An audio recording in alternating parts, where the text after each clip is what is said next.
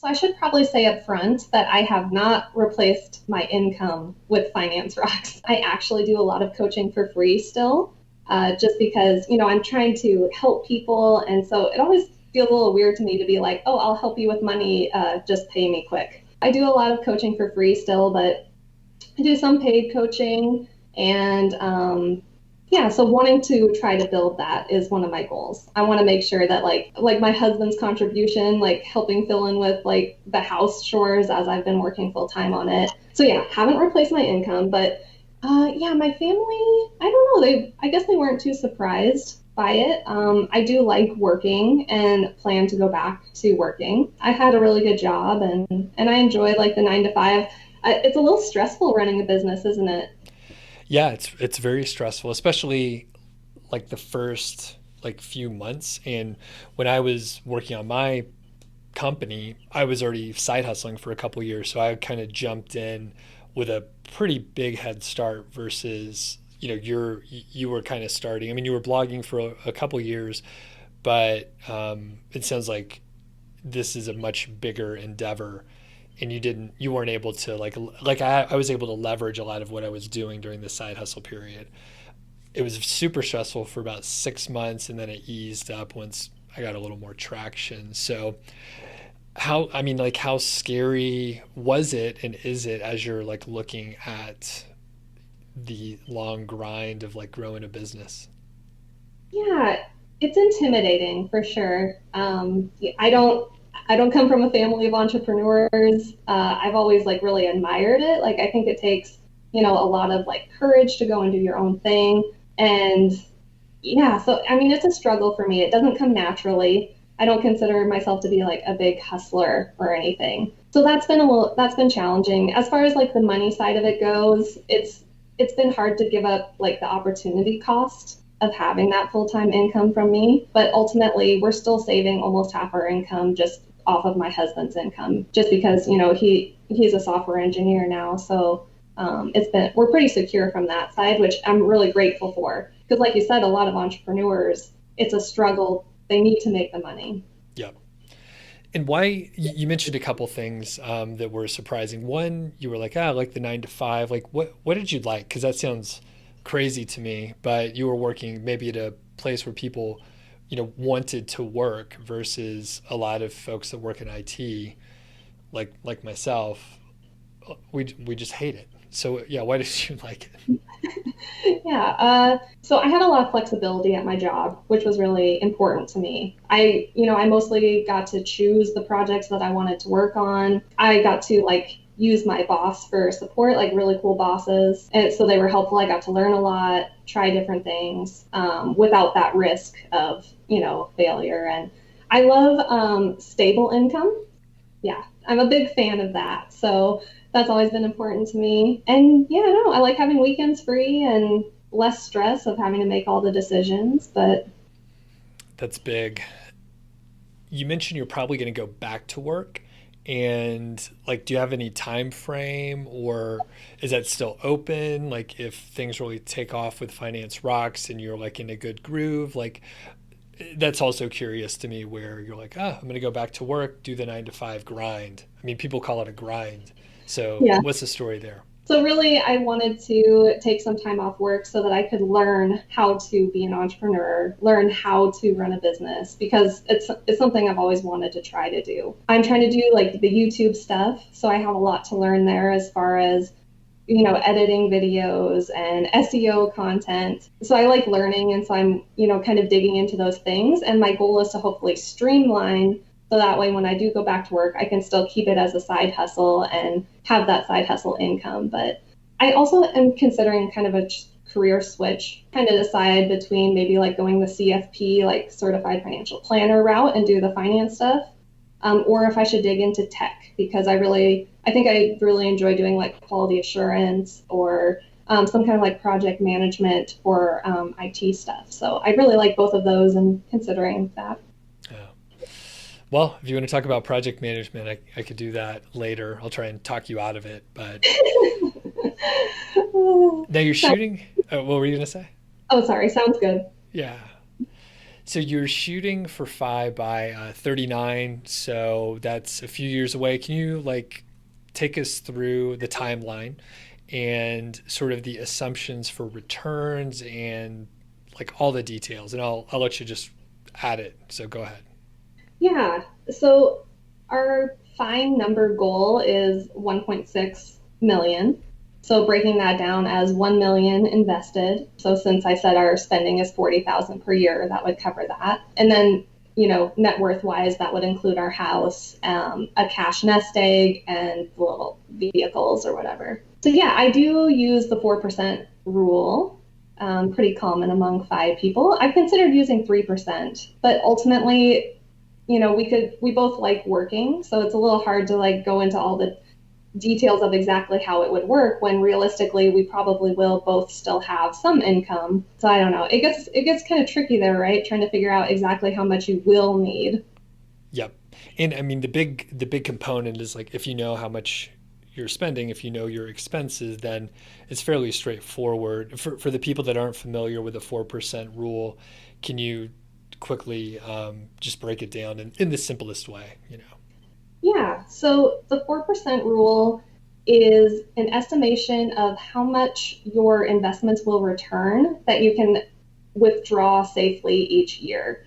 So they assume that the market averages about 6 to 8% per year. So then you'd have to subtract off inflation, but they assume I think it's based on the Trinity study. Yeah, there's a couple. Yeah, I think. Yeah, a study, which I know there's flaws in it's difficult to calculate exactly how much you'll need, but so 6 to 8% minus inflation gives you about 4% per year that you could withdraw out of your accounts and not even touch your principal. So just every year living off of the returns. Yep. And the 3% is more conservative because you're pulling a little bit less out, and you could do 3.5. And there's great simulators online. I don't know of any of the links, but you could Google it and you could put in, your expenses, what you have, what you're going to have, what you think your expenses will be, and a number of other factors, including like Social Security, right? You could put that in as well. And if you have, like, I have some retirement accounts before I started putting money into, taxable investment accounts. So you could put all those details in and like run simulations. So, okay, cool. For the people that are thinking, hey, $1 million sounds like a really crazy amount. How can you possibly save that much? What do you say? What do you say to that? Oh, yeah. It's overwhelming to think about saving 1 million, but first of all, you don't actually have to save 1 million because of like time in the market and oh gosh, compounding interest.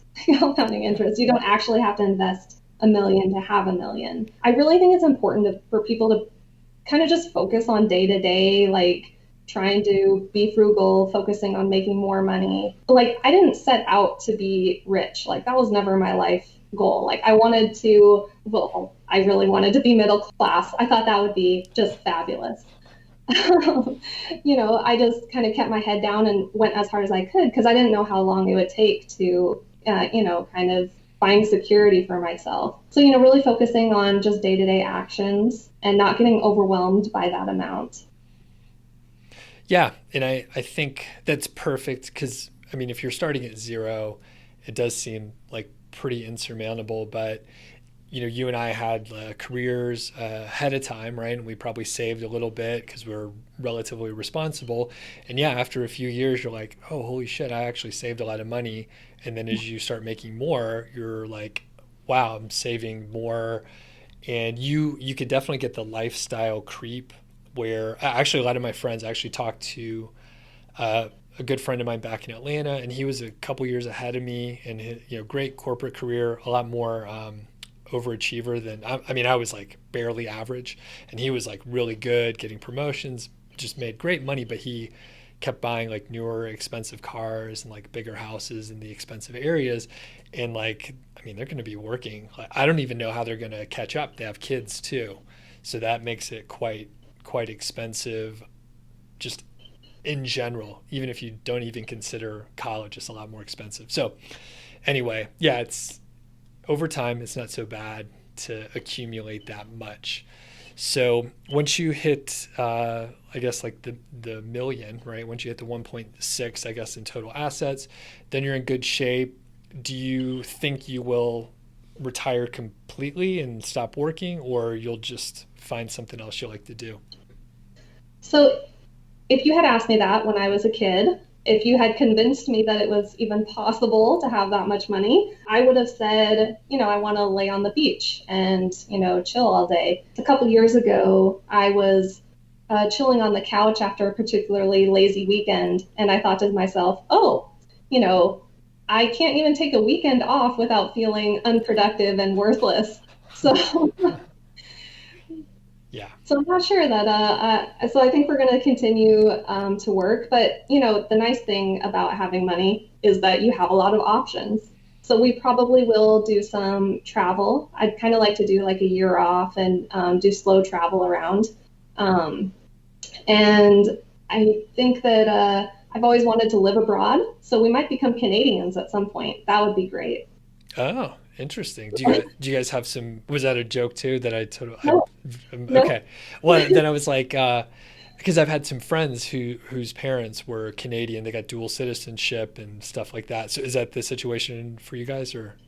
Yeah, and we've never known any Canadians or lived there or anything, but we're so close to Canada here in Montana that I feel like it's almost like a safe choice. We could live there and enjoy it. Taxes though, taxes will kill you up there. But I heard. it's super nice people too. So Mhm. let's talk a little bit more about the retirement issue, right? Because I recently talked about this in a previous episode. One of my friends over at Niche Pursuit, Spencer Haas, wrote about like the fire community, like lying about the everything. But the biggest issue most of the time, and this is what Spencer honed in on, was the retirement aspect. And a lot of times people see that, hey, these guys are retired, and then it turns out, they're running blogs, they get like 1 million visitors a year, and they're probably making more than they did in their day job when they were doing really well also. So I usually push back on that, and I'm curious, Roxanne, like, what do you say when people are like, they're not really retired, and this whole thing is just a big scam?